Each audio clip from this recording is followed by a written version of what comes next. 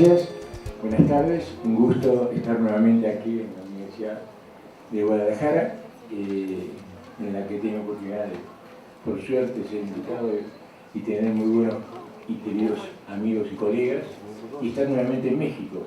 Ya casi se me ha vuelto una costumbre estar ya varias veces por año aquí en México y gozar de este contacto con los colegas, en este caso no solo mexicanos, sino de América Latina y de otros países europeos como los que congrega nuestro proyecto REAIPE. Me estimuló el debate que se organizó a partir de la presentación del doctor Alonso, iniciar con la frase con la que iba a terminar. Y voy a terminar mi exposición, pero que vale la pena. Yo planteo permanentemente esto que la imperiosa necesidad de debates en América Latina, en cada país y en cada universidad, sobre los desafíos para la educación superior y sus instituciones.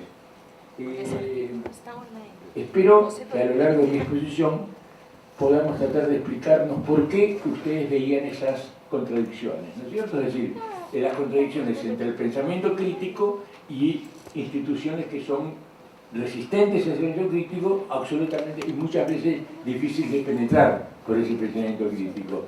Creo que para eso tenemos que ver un poco todo el contexto de las políticas, las estrategias, la organización de nuestras instituciones de educación superior en América Latina. Yo, como nuestra querida colega, la moderadora, yo elegí cuatro ejes: democratización, calidad, participación social y convergencia, porque son en realidad los ejes que congregan o que son los prioritarios para nuestro proyecto. Y voy a organizar mi exposición sobre la base de 3 puntos. La universidad que deberíamos haber tenido a partir de la reforma universitaria de 1918, la universidad que tenemos y la universidad que América Latina necesita, la universidad que necesitamos. En ese sentido, creo que es muy importante destacar el tema con el que hoy inició también Carlos Augusto Torres su exposición, que hemos coincidido sin haberlo conversado antes, y sobre el tema de la reforma universitaria de 1918. Quizás para los que no están familiarizados con la reforma se produce en la Universidad de Córdoba a través de los estudiantes de la Universidad de Córdoba, porque 2 años antes la Argentina había elegido el primer gobierno que eligió democráticamente, el gobierno de don Hipólito Yrigoyen, porque 6 años antes, en 1912, se sancionó la ley del voto secreto universal y obligatorio, es decir, que votara toda la población, y ese voto derrotó a los sectores de la oligarquía que habían dominado el país hasta ese momento, y llegó al partido que en ese momento representaba a los sectores sociales emergentes al gobierno, el partido de la Unión Cívica Radical y de Hipólito Yrigoyen. La oligarquía que había manejado la universidad hasta ese momento, casi con métodos hereditarios, se cerró en la universidad. Entonces fue necesario que los estudiantes reaccionaran frente a eso, justamente la universidad más reaccionaria, más oligárquica, que era la Universidad Nacional de Córdoba, y eso llevó a una profunda, al manifiesto liminar y un intento de una profunda reforma universitaria, que desde ya el gobierno de Hipólito Yrigoyen apoyó políticamente, ¿no es cierto? Y poco a poco, después de Córdoba, se va expandiendo a toda América Latina. Llega a Cuba en los primeros años de la década del 20, ya México llega en la segunda mitad de la década del 20. Justamente yo vi hace unos años atrás en la Ciudad de México no sé si era la UNAM la que lo organizaba, una exposición sobre la reforma universitaria en México, ¿no es cierto? Ubicándolo en 1927, en 1928, su inicio, y así se va expandiendo también por toda América Latina. ¿Qué planteaban Ya esta mañana Carlos Alberto Torres nos dio algunos elementos. Yo prefiero volver a repetirlos porque creo que en la enumeración de Carlos quedó algunos puntos nada más de la reforma y preferiría, porque si digo que es la universidad que deberíamos haber tenido, tenemos que fundamentarlo. Primero, la autonomía de la universidad, este es el primer punto, se lo señaló Silvia Yomobate esta mañana, ¿no es cierto? El tema de la autonomía fue el principal. El cogobierno de docentes y estudiantes. Ahí le hago una corrección a Carlos. Él agregó los graduados. En el movimiento liminar de la reforma no estaban los graduados, porque los graduados era convocar a los oligarcas que habían sido los graduados hasta ahora de la universidad. Lo de los graduados se incorpora luego, ¿no es cierto? Pero en el movimiento liminar, en el 18, era el cogobierno de docentes y estudiantes. Ahora sí, después de varios años se extendió a los graduados, incluso ya en algunas universidades hay otros estamentos que también integran el cogobierno. El cuestionamiento de la universidad como fábrica de exámenes y títulos profesionales, y esto es muy grande, la renovación pedagógica, con énfasis en los procesos de aprendizaje de los estudiantes. Esto que todavía estamos pensando que debe ser la universidad, ya lo plantearon en el 18 los estudiantes de Córdoba. La libertad de cátedra, en oposición a la designación arbitraria y por herencia. La función social de la universidad con el planteamiento de la extensión universitaria. La centralidad de los estudiantes y en general de los jóvenes como destinatarios y protagonistas de la universidad. El compromiso de la universidad con el cambio social. La superación de las fronteras de la universidad. Es decir, todo este programa, si nosotros tuviéramos en este momento en América Latina una universidad que respondiese a estos principios que en 1918 plantearon los estudiantes, evidentemente estaríamos bastante más cerca de la universidad que necesita América Latina. Por eso yo lo llamé a esto la universidad que deberíamos haber tenido. ¿Qué universidad tenemos nosotros? Bueno, antes de eso, todavía voy a extenderme un poco más en el tema de la reforma. En la Argentina, la vigencia de la reforma universitaria y de la autonomía de las universidades ha estado vinculado, también en otros países, con los vaivenes políticos e institucionales del país. Actualmente, afortunadamente en la Argentina, registramos casi 30 años de gobierno democrático y de autonomía de las universidades. Las situaciones son muy diversas en cada país, ¿no es cierto? La reforma universitaria, dice la doctora Escoto, actual rectora, está por terminar su periodo de la Universidad Nacional de Córdoba. La reforma universitaria plantea una visión crítica de la universidad, de su función social y de su responsabilidad política y social, y una visión latinoamericana de nuestros valores. Un riesgo que yo veo muchas veces en Argentina y también quizás en otros países en la discusión sobre la reforma universitaria es una cierta simplificación, ¿no es cierto? Y cierta sacralización de algunos principios de la autonomía como un dogma invariable, ¿no es cierto? Como un fin en sí mismo. Es decir, muchas veces quienes son los defensores de la reforma universitaria se convierten a veces en enemigos de sus principios. Lo consideran un dogma cerrado, no discutible. Yo planteo, y en ese sentido en eso va a estar de alguna manera el énfasis de mi exposición, la necesidad de repensar la reforma universitaria con el sentido trascendente del presente y del futuro, así como lo hicieron los estudiantes de Córdoba de 1918. Piensen que casi un siglo, gran parte de su pensamiento es totalmente actual, pero evidentemente ni Córdoba, ni la Argentina, ni América Latina, ni el mundo es el mismo que en 1918. De ahí entonces que debemos repensarlo con el sentido del futuro, pero con el sentido del mundo y de América Latina actual. Sin embargo, y esto lo digo con mucha pena, el pensamiento de los estudiantes de Córdoba está todavía vigente, como recién decimos en el video, y parcialmente incumplido. ¿Cómo evolucionó la universidad, en términos generales, la universidad en América Latina? Hasta los 70, hasta los 80, tuvimos una universidad predominantemente estatal. Bueno, justamente hoy a la mañana, al final de la mañana, se discutió este tema de privatización o el avance de la privatización.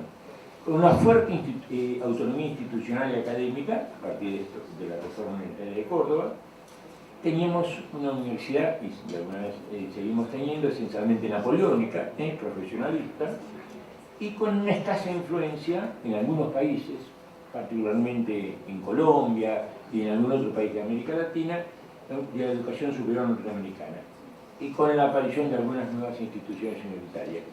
¿Qué ha pasado en América Latina desde los 80 en adelante?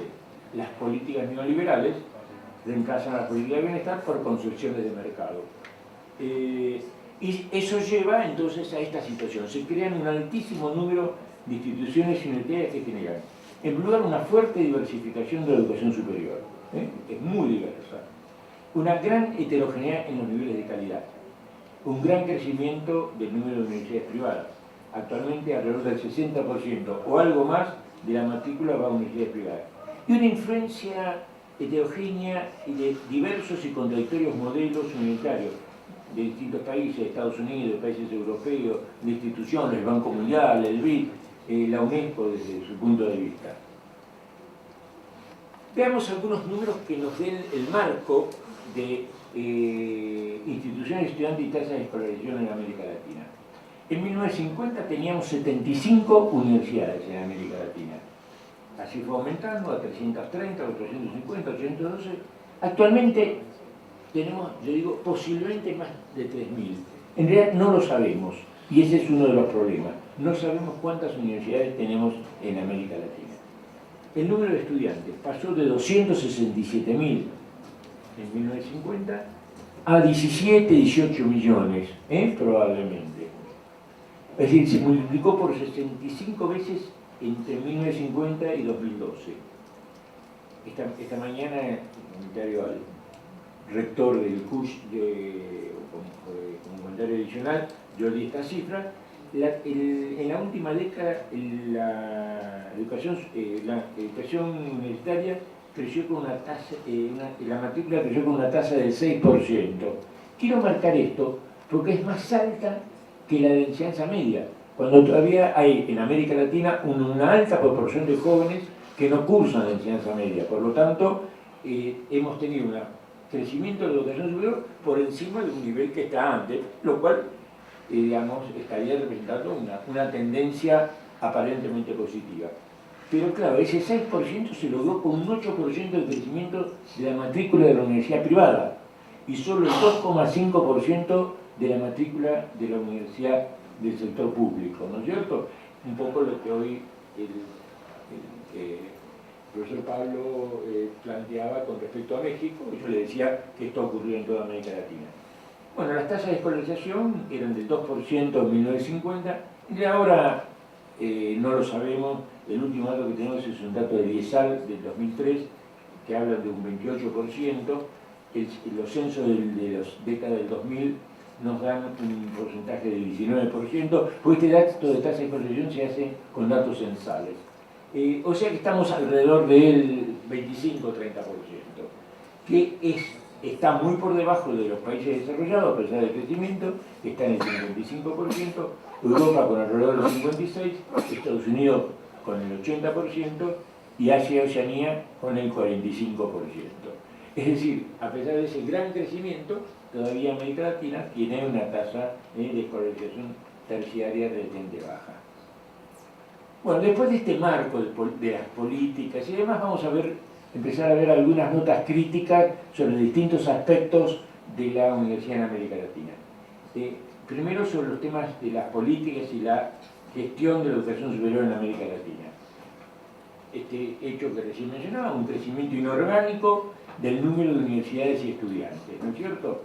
Una fuerte diversificación, segmentación y heterogeneidad en los niveles de calidad, como ya lo dijimos.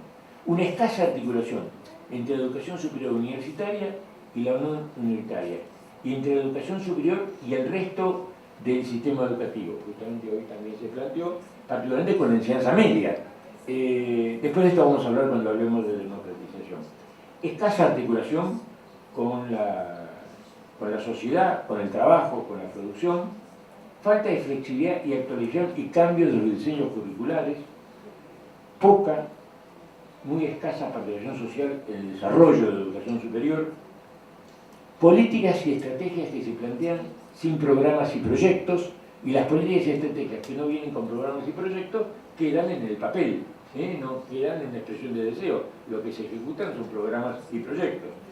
Escaso gasto público para investigación, recién el colega Alonso también hacía mención a esto, afectando las capacidades nacionales de producción científica. En América Latina estamos en un promedio de alrededor del 0,5% del PBI para investigación científica. Solo Brasil duplica este porcentaje, está superando el 1%, pero Chile está en un punto medio, pero en realidad habría que ver, yo no tengo cifras de clases de Chile, habría que ver si con las políticas del actual gobierno eso se mantiene, pero en general los países desarrollados tienen del 3%, algunos por encima del 3% del PBI para investigación científica, y si no entre el 2 y el 3% la mayor parte, y son, como yo digo, PBIs gorditos, por lo tanto un 2-3% de esos PBI es mucho más que desde ya relativamente y en volumen que el 0,5%. Y como aún los socios del capitalismo, ¿no es cierto?, el Banco Interamericano de Desarrollo, el Banco Mundial, plantean que la futura etapa de desarrollo mundial se va a basar sobre el conocimiento. Nosotros en América Latina perdimos la carrera del capital, ¿no es cierto?, y podremos perder también por mucha distancia la carrera del conocimiento si invertimos tan poco en investigación científica. Tenemos modelos académicos y de gestión tradicionales y una limitada profesionalidad y tecnificación muchas veces en nuestras universidades. Rigidez en las actividades académicas y, aunque esto está mejorando gradualmente en algunos países y parcialmente, escasez de estudios e investigaciones y de reflexión sobre la educación superior. Al respecto yo quiero destacar de México, hace varios años, que soy invitado a una reunión que yo le considero, que la difundo en otros países como una reunión casi modelo, es decir, lo que habría que imitar, que es los congresos sobre retos y expectativas de la universidad, que ahora va para el número 13, creo, ¿no es cierto? O sea, para el número 13 todos los años, y uno ahí tiene la posibilidad de encontrarse con 400, 500 colegas de todo México que presentan. Para mí, yo muchas veces hablo, digamos, hablando en el país y en la Argentina, de este modelo que tiene México que permite debatir, conocer y estudiar un poco más que en otros países el tema de la universidad mexicana. El tema de la educación superior y la democratización de la sociedad y de la educación superior, ¿no es cierto? Creo que hoy lo planteaba también el rector Pablo, es imposible pensar en democratizar la universidad si no democratizamos la sociedad. Lo que sí tenemos que evitar es que la universidad sea un factor más anacrónico todavía y que intensifique los rasgos antidemocráticos de la sociedad. Yo planteo que la educación debe contribuir, y sobre todo la educación superior, debe contribuir efectivamente al mejoramiento de la gobernabilidad democrática y a una mayor democratización de la sociedad, con estrategias para superar o disminuir. Es decir, no puede la educación, digamos, superar efectos negativos de la falta de democratización de la sociedad, pero lo que puede hacer es tratar con estrategias que ayuden a superar o disminuir las inequidades sociales y los procesos de pobreza y marginalidad.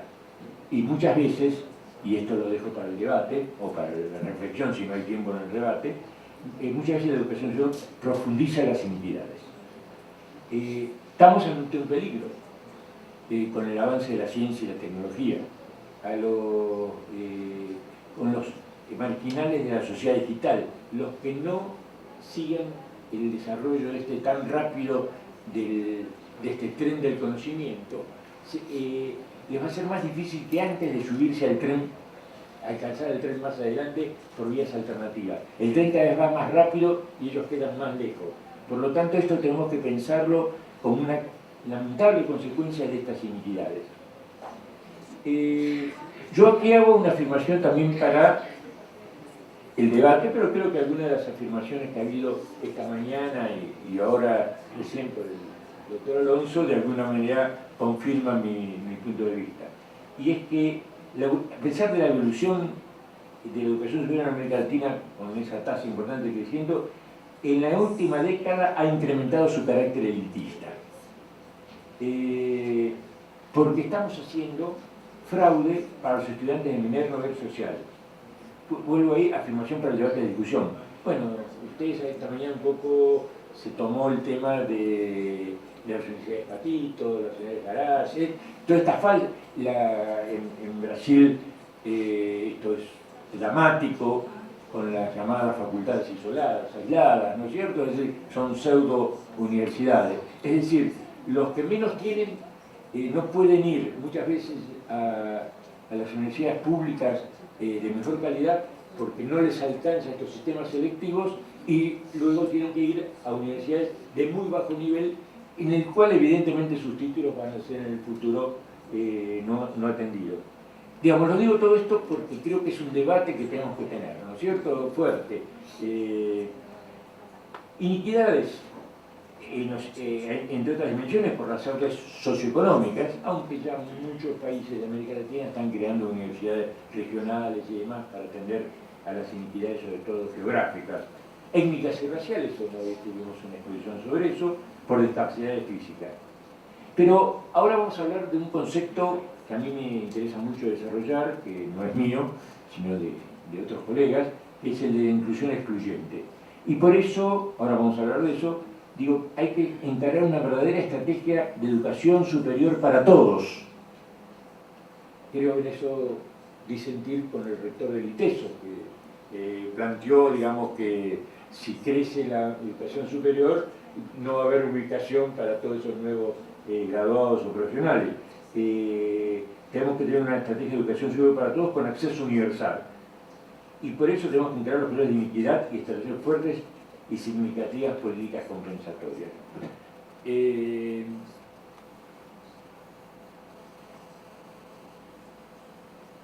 tema de la democratización de la educación superior, como recién lo dijimos, estuvo planteado desde 1918, desde la reforma universitaria, pero nunca se pudo superar, y creo que esto un poco desarrolla también, o relaciona con el planteo que hizo el doctor Alonso, nunca hemos podido superar el carácter elitista, ¿no es cierto?, de la universidad. Esto para que lo pensemos, yo llevo 50 años ya en la universidad, por lo tanto eso también me toca a mí esta afirmación de este carácter elitista que no hemos podido superar. Vamos a ver algunos países. Yo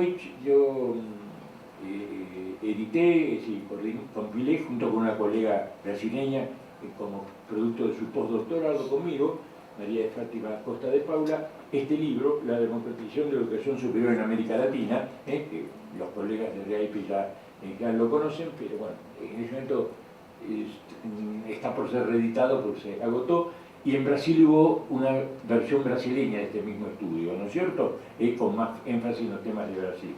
Y ahí analizamos la situación de varios países de América Latina. El caso de Argentina es el caso quizás más representativo de libre acceso a las universidades públicas con alto porcentaje, pero sin embargo tenemos altísimo porcentaje de deserción en el primer y segundo año. Aproximadamente promedio, no tenemos buenas estadísticas, las universidades argentinas criticando las estadísticas del Instituto Nacional de Estadística y Censo, pero tampoco producimos buenas estadísticas.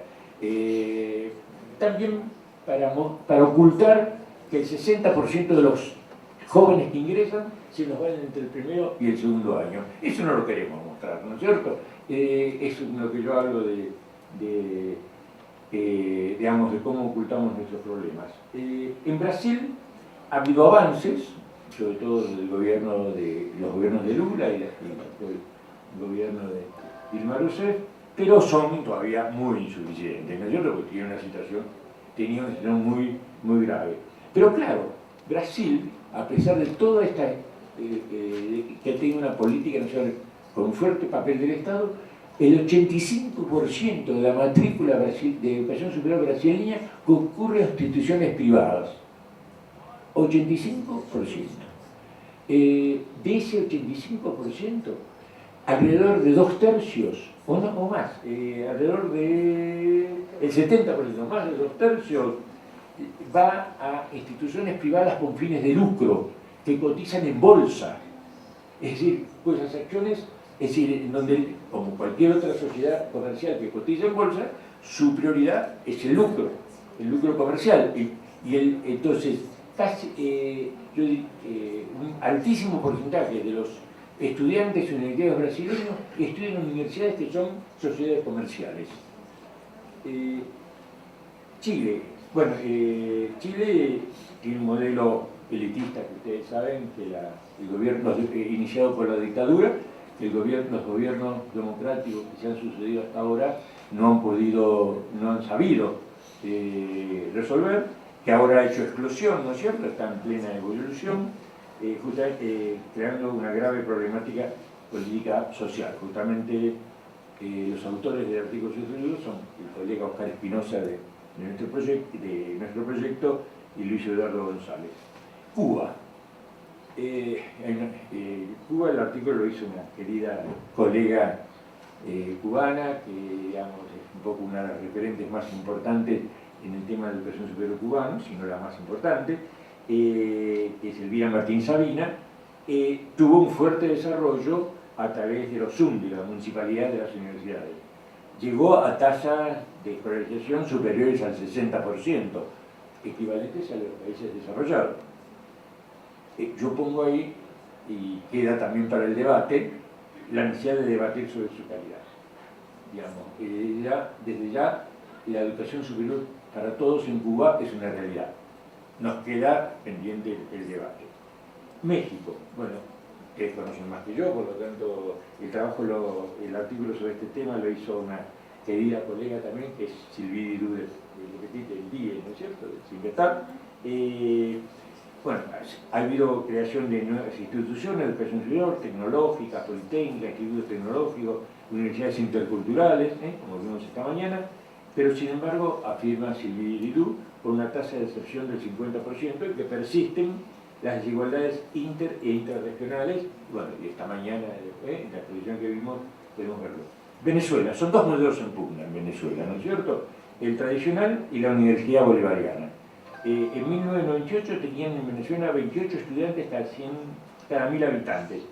10 años después, en 2008, con la organización de la Universidad Bolivariana, tienen 81 por cada 1000, de 28 a 81.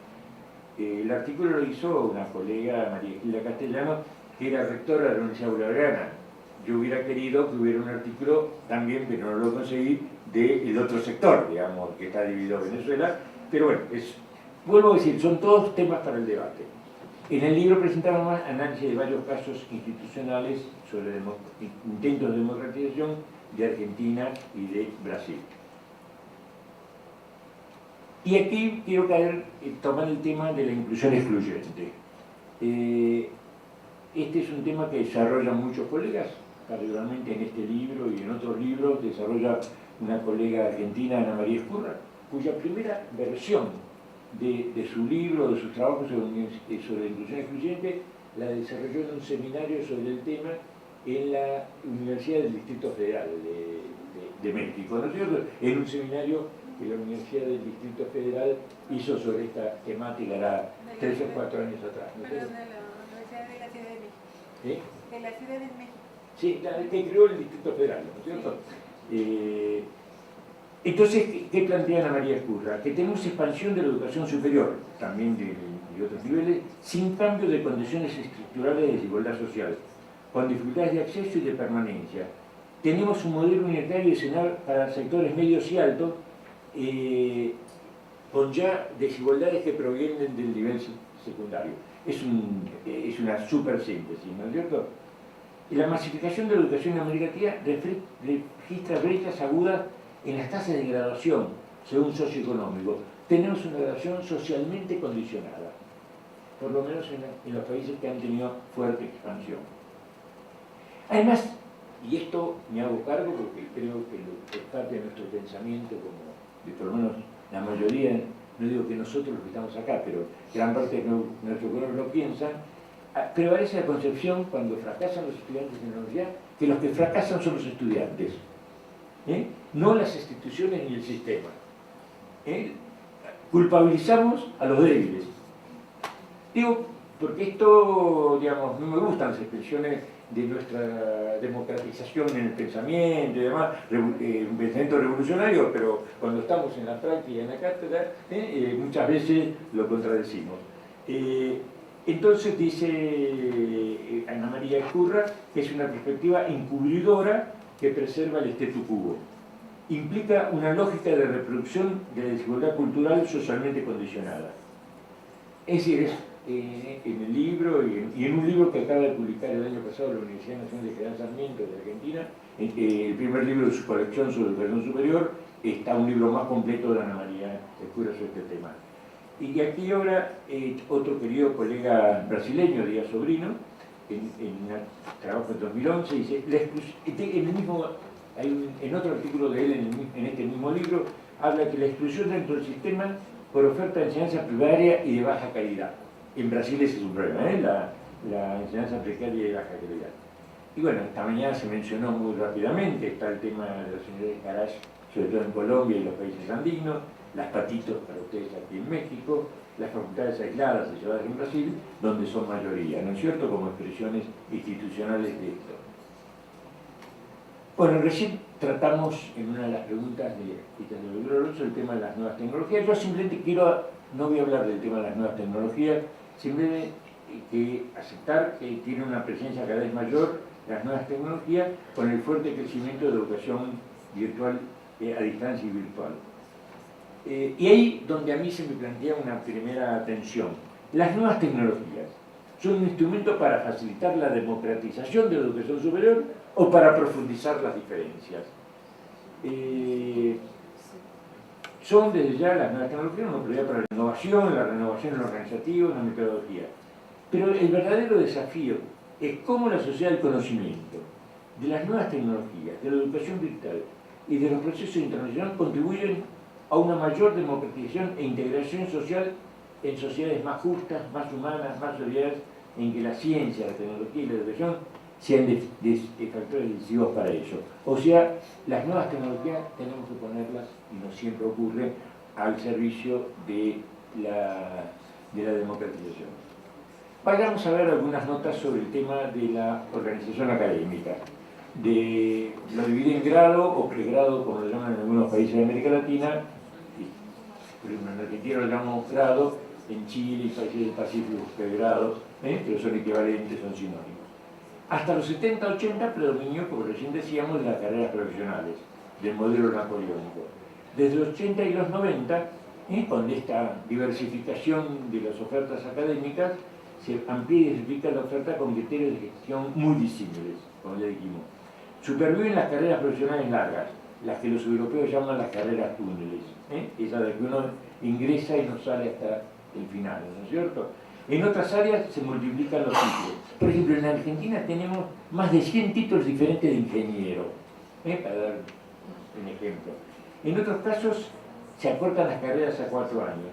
Pero todo esto se hace por adiciones, agregados y parches con diversos orígenes. No hay un replanteamiento orgánico e integral de los planes de estudio.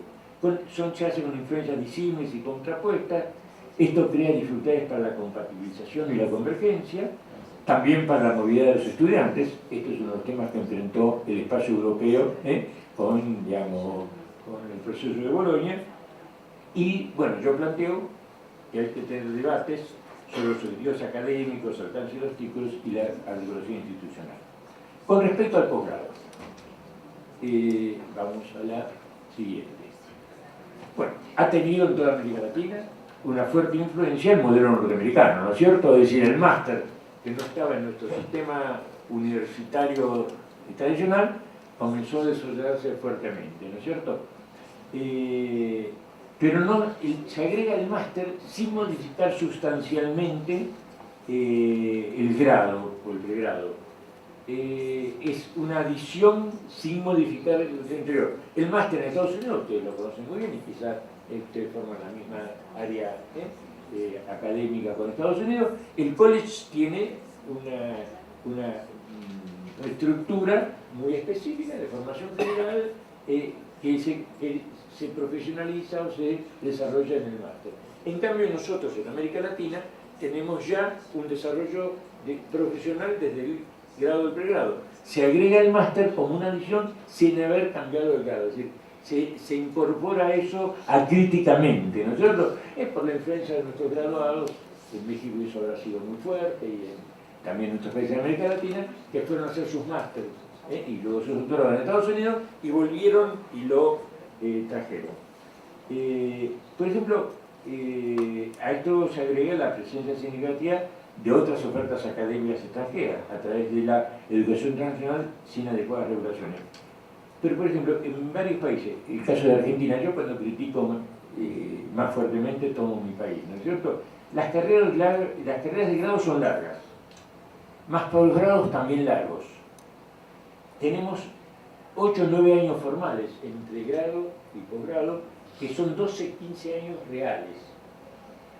Piensen que en Europa, en 8 años, o en Estados Unidos, en 8 años se llega al doctorado. Entonces esto genera sistemas y nos genera una situación de competitividad con Estados Unidos, con Europa, negativa para nuestros estudiantes. Entonces yo planteo la necesidad de replantear articulación de grado y posgrado en cuanto a alcance de títulos, niveles de formación, habilitación profesional, diferenciación o no entre carreras académicas y profesionales. Me pareció interesante recoger, hice una sistematización de los aportes de las conferencias regionales de la UNESCO del 2008 y de la Conferencia Mundial del 2009 hacia esta nueva agenda. Según Carlos Tunerman, constituyen una brújula orientadora, una carta de navegación para la educación superior en América Latina y el Caribe. Y yo seleccioné de todas estas dos declaraciones algunos conceptos claves: bien público, pertinencia, relevancia, responsabilidad social, equidad, autonomía, calidad, innovación, ciudadanía democrática, participación, gobernabilidad, consensos, educación permanente, convergencia nacional y regional, cooperación regional, internacionalización, libertad académica, sociedad del conocimiento, utilización de las nuevas tecnologías de información y comunicación, movilidad académica, articulación con los otros niveles de enseñanza, articulación con ciencia y tecnología, nuevos modelos de educación superior, mayor recurso financiero. Es decir, en este párrafo que sintetiza como las ideas fuerza de la conferencia tanto regional de Cartagena de India como la de París del 2009, uno tiene, como dice Carlos Tunerman, una bruja orientadora, una carta de navegación. El tema es aprovecharlo, es decir, parte de esto también yo lo he usado en mi exposición, ¿no es cierto? Y lo que yo digo es que estos conceptos requieren ser implementados a través de políticas, estrategias, en programas nacionales, pero también regionales. Lo que las declaraciones que no concluyen en programas y proyectos quedan, como este es su trato, en meras declaraciones teóricas. Algunas bases, y con eso terminamos, para las nuevas políticas y estrategias, algunos desafíos para la educación superior. Voy a por ahí repetir algunas. Bueno, en primer lugar, la contribución efectiva para mejorar la calidad de la democracia nacional y su gobernabilidad. Una fuerte articulación con la sociedad hacia una nueva alianza sociedad, educación, universidad. Yo publiqué un libro hace 3 o 4 años, esa lista larga, que se llama Universidad, Sociedad e Innovación. Tiene 29 artículos con colegas de todo el mundo, ¿no es cierto? En donde el tema es universidad en su relación con la sociedad y la innovación, ¿no es cierto? Hoy también se habló del tema de la innovación. Fuerte articulación con la sociedad hacia una nueva alianza, bueno, en este tema de la sociedad y la universidad. Asunción, y esto es fundamental, de una concepción estratégica de reforma y cambio en un marco de carácter innovador. Articulación, como ya dijimos, con los planes de ciencia y tecnología y de desarrollo social y regional. Muchas universidades, no sé las mexicanas, muchas universidades argentinas, regionales, no trabajan sobre los problemas regionales. Trabajan sobre problemas nacionales, internacionales y no contribuyen al desarrollo de su región, ¿no es cierto? Es decir, para las argentinas me consta, para las de otros países no me consta, pero es bueno planteárselo como interrogante. Definición de políticas y planes de educación a mediano y largo plazo. no ganamos nada con hacer planes a 2, 3, 5 años. Una reforma educativa lleva 15, 20 años en implementarse. Por lo tanto, si tenemos que pensar por lo menos, es difícil en América Latina, ¿no es cierto? Y más en este mundo en crisis. Pero igual estamos formando para dentro de 10 o 15 años a nuestros jóvenes. Y van a ser jóvenes dentro de 20, van a ser adultos jóvenes o adultos dentro de 20, 30 años. Por lo tanto, de cualquier manera necesitamos tener un marco global de pensamiento de largo plazo. Lamentablemente, aquí en México hubo hace unos años dos intentos de pensar la universidad del futuro. Uno que llevó a cabo un grupo de colegas de varias universidades sobre la Universidad 2030, y antes un centro que había creado el gobierno en gobiernos anteriores, para perspectivas sobre educación superior, ¿no es cierto? O sea que en México hubo algunos cosas embrionarias sobre este tema. Y articularse mejor con los sectores del trabajo y la producción, y fortalecer la función de extensión y transferencia a la universidad. Esta mañana Silvia y Carlos, es decir, la función de extensión nace con la reforma universitaria. Lo que pasa es que los universitarios nos hemos ocupado muchas veces en desnaturalizarla y llamar extensión lo que son simplemente actos de, digamos, de extensión cultural y demás, y no de trabajo realmente con la sociedad. Hay colegas de Bolivia acá, donde está los bolivianos han creado un tema que se llama interacción social, la llaman extensión universitaria, interacción social de la universidad. Pero bueno, hay que reforzarlo, fortalecerlo, como ya el concepto de 1918 nos tiene que servir de ilustración. Vamos a ver ahora. Bueno.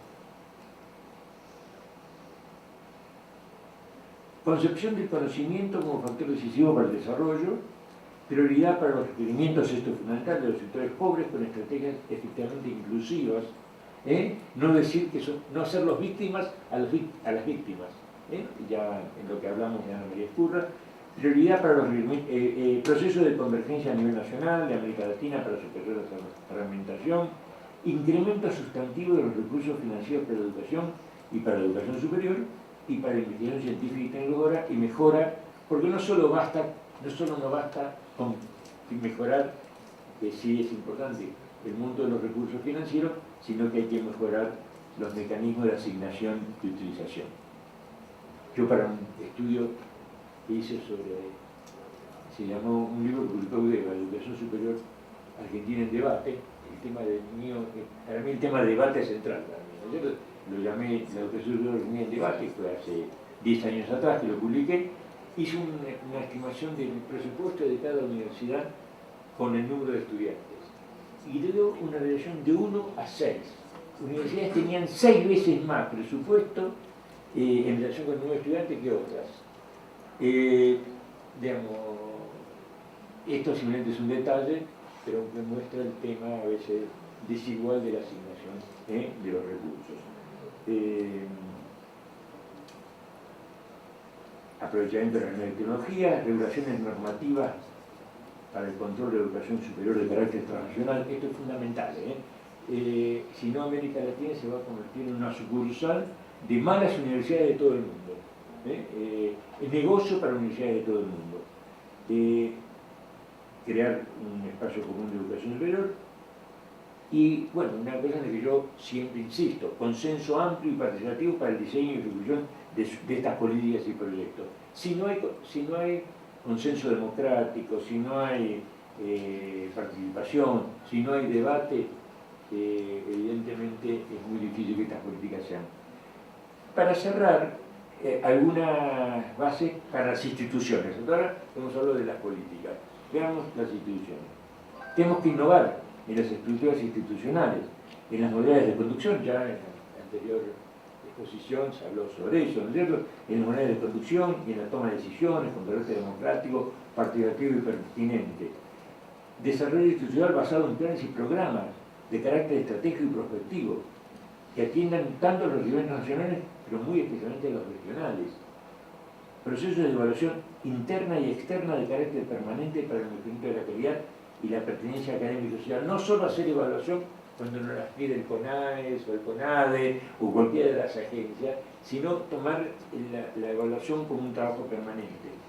Yo creo que tenemos que pasar de la cultura de la evaluación hacia una cultura institucional de gestión responsable, autónoma, pertinente y eficiente. Organización y funcionamiento institucional en un ámbito de creatividad e innovación. Es decir, si los universitarios no somos innovadores, no podemos producir profesionales para una sociedad innovadora. Es decir, la innovación es un punto central. Estructuras de gestión institucional académica flexible, profesionalizada, no designadas a veces en función de los intereses políticos o burocráticos, y con tecnologías eficientes y con espíritu emprendedor. Articulación de las funciones de docencia, investigación y extensión. Esto es central.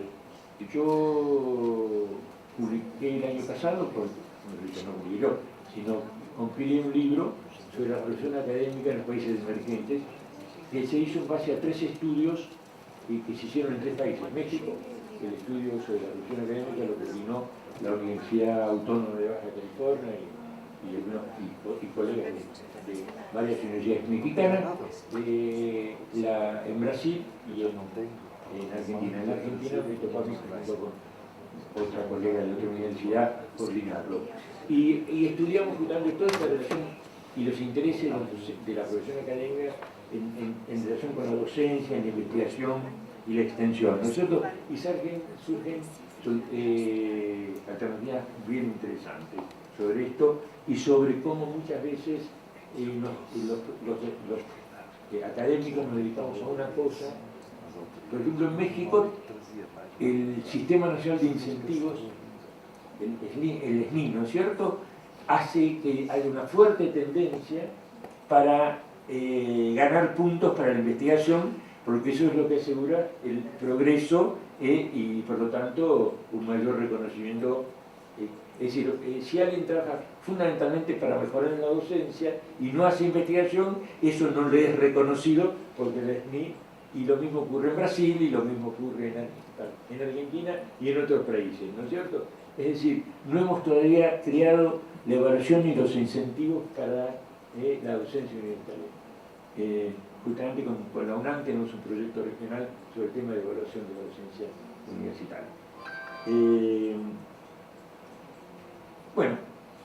Constitución, esto que estamos teniendo acá, constitución de redes académicas con otras universidades del país, de América Latina y de otras regiones, para facilitar el intercambio de estudiantes, docentes, investigadores y acordar programas articulados de educación. Por eso, y ahora voy a lo que había iniciado.